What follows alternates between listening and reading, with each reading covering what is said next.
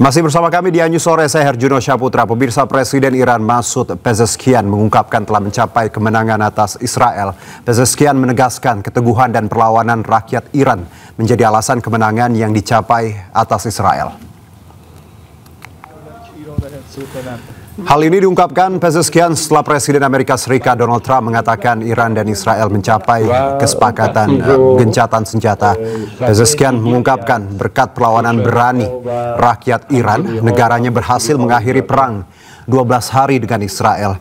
Selain perang Iran-Israel yang dimulai Jumat 13 Juni lalu dan juga diserang Amerika Serikat pada Minggu 22 Juni lalu, sejumlah pejabat militer Iran dan warga sipil juga terbunuh dalam serangan rudal ke Iran.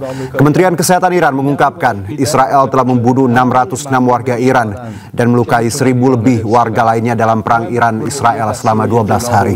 Iran juga melakukan sejumlah serangan balasan ke Israel atas serangan negara Zionis tersebut. Kementerian Luar Negeri Israel mengatakan perang Iran-Israel selama 12 hari telah menewaskan 28 warga Israel dan melukai sekitar 3.000 orang.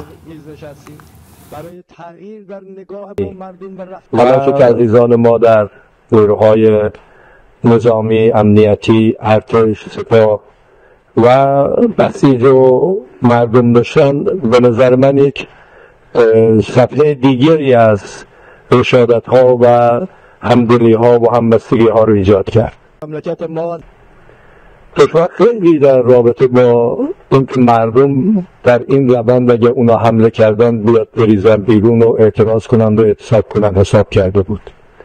خب تصور نمی‌کردن یه چنین اتفاقی نیفته. 12 روز اینا زدند. حالا ما هم زدیم. ولی مهمتر از همه اینا این بود که مردم همه یک صدا ایستادند، از ایران ما، از تمامیت ارضی ما و از کشور دفاع کردن، در صورتی که این کاری که اسرائیل کرد، آمریکا کرد، نه رو باید بیدار بکنه که همه مردم ایرانند که میتونن ایران رو حفظ کنن و یک گروه، یه دسته، یه جناح و یه حزب. اگر همین رو باور کنیم میتونیم بر اساس شایستگی، لیاقت، توانمندی آدما رو اجازه بدیم بیان بالا. Tokoh militer Iran sekaligus penasihat utama Ali Khamenei dan juga Ali Samdani meninggal dunia. Ali Samdani sebelumnya mengalami luka-luka akibat serangan Israel. Media pemerintah Iran mengatakan Ali Samdani meninggal dunia hari ini waktu setempat. Ali dilaporkan meninggal setelah mengalami luka-luka akibat serangan Israel di Iran. Pusat Komando Garda Revolusi pun bersumpah tidak akan tinggal diam dan akan membalas dendam atas pembunuhan tersebut. Sebelumnya militer Israel mengatakan 17 Juni bahwa Israel telah membunuh Samdani yang mereka identifikasi sebagai kepala staf perang Iran dan komandan militer paling senior. Ali Samdani sebelumnya sempat dilaporkan tewas pekan lalu akibat serangan rudal Israel di Teheran. Namun spekulasi itu dibantah langsung oleh Ali Samdani.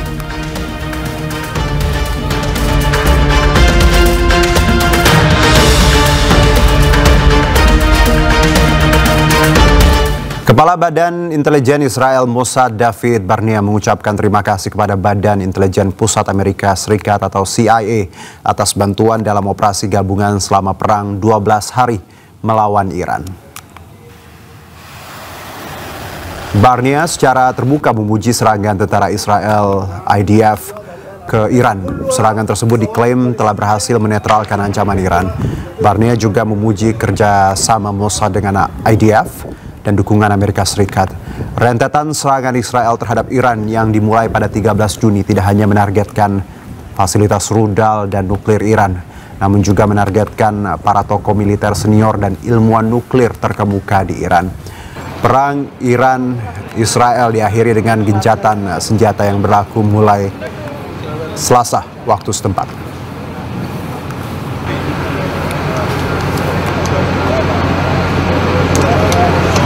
אני רוצה להביע הערכה וגם הוקרה לשותף שלנו המרכזי, ה-CIA, על הפעילות המשותפת, על המבצעים שבאו לידי ביטוי, וגם לראש ה-CIA שתמך במוסד בהבאת ההחלטות הנכונות שבסופו של דבר אפשרו את המבצע הזה.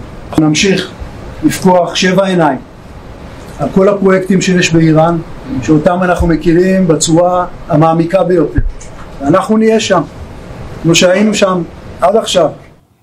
Pasca gencatan senjata Israel dan Iran, Bandara Ben Gurion di Tel Aviv kembali dipadati calon penumpang. Ratusan warga Israel kembali ke rumah mereka. Otoritas Bandara Israel mengumumkan Bandara Ben Gurion dan Haifa telah kembali beroperasi penuh setelah mencabut semua pembatasan penerbangan dan penumpang. Perang yang berlangsung hampir 2 minggu antara Iran dan Israel berakhir setelah Presiden Amerika Serikat Donald Trump mengumumkan gencatan senjata penuh dan menyeluruh antara kedua negara. Eskalasi dimulai pada Jumat 13 Juni ketika Israel melancarkan serangan terhadap fasilitas nuklir dan militer di Iran yang menewaskan para pemimpin dan ilmuwan terkemuka Iran. Dan Iran menanggapi dengan operasi True Promise 3 dengan menembakkan rudal ke lokasi-lokasi Israel termasuk Tel Aviv. This week the boys were trying to get the fight. Ya, pemirsa, usai 12 hari perang melawan Iran, ekonomi Israel runtuh. Hal ini disebabkan biaya perang mencapai miliaran dolar Amerika Serikat.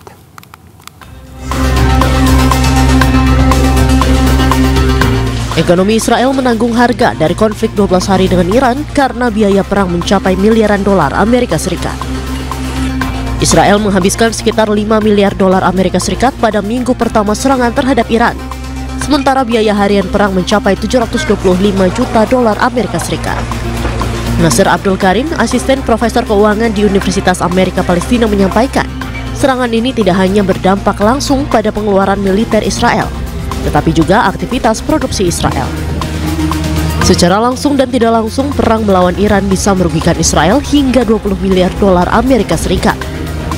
Defisit anggaran Israel diperkirakan akan meningkat sebesar 6% dan pembayaran kompensasi kepada warga yang terdampak akan semakin memperburuk keuangan publik Israel.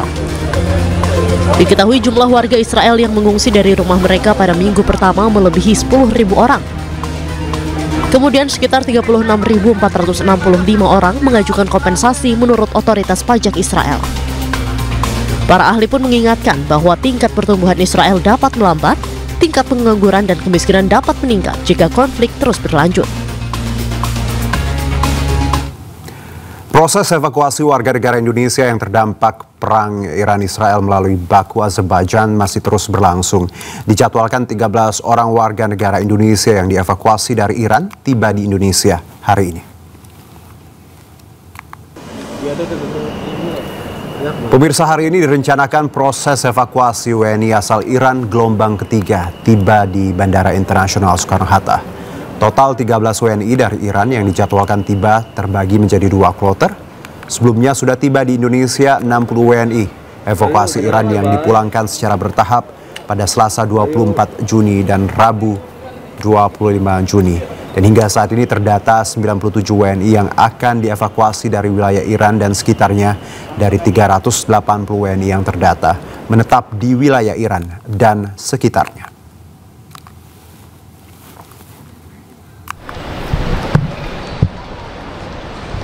Izin Pak, boleh? Ini mendengarkan secara langsung dari perwakilan warga negara Indonesia yang sebanyak 20 orang.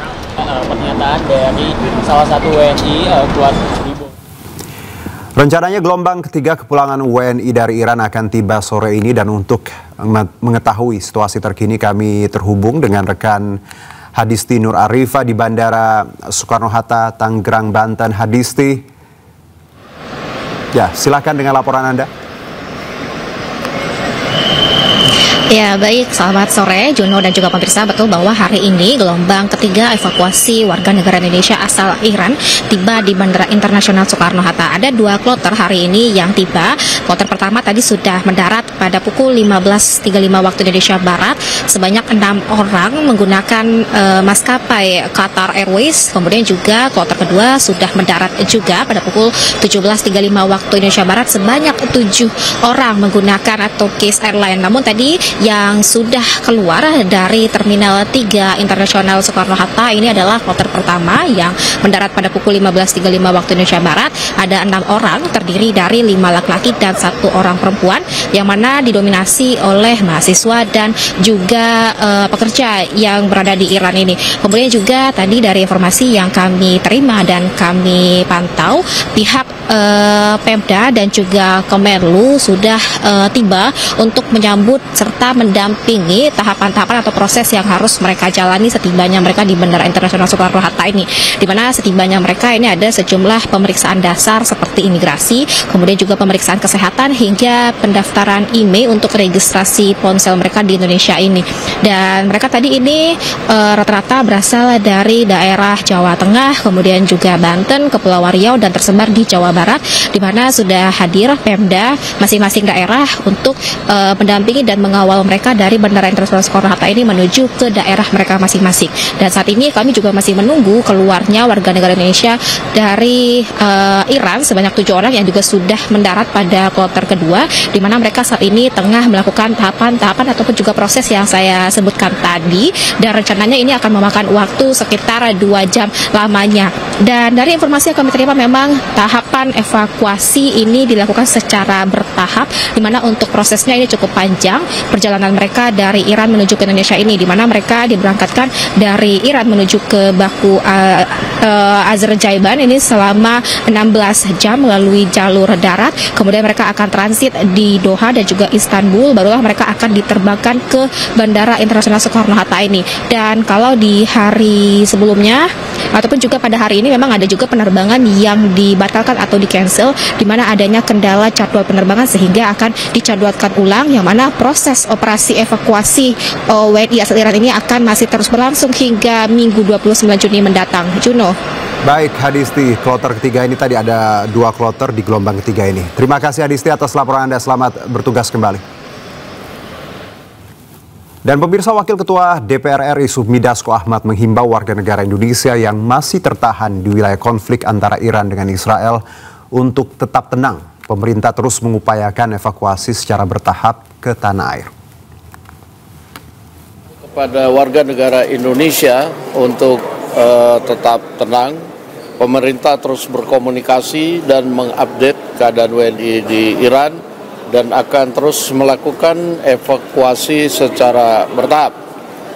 DPR dalam hal ini pimpinan DPR dan Komisi 1 akan terus berkomunikasi dengan pemerintah, memonitor keadaan dan meminta kepada Kementerian Luar Negeri, dalam hal ini juga Kedutaan Besar Iran, untuk mengupayakan adanya hotline agar komunikasi warga negara kita di Iran bisa terpantau dengan baik. Demikian.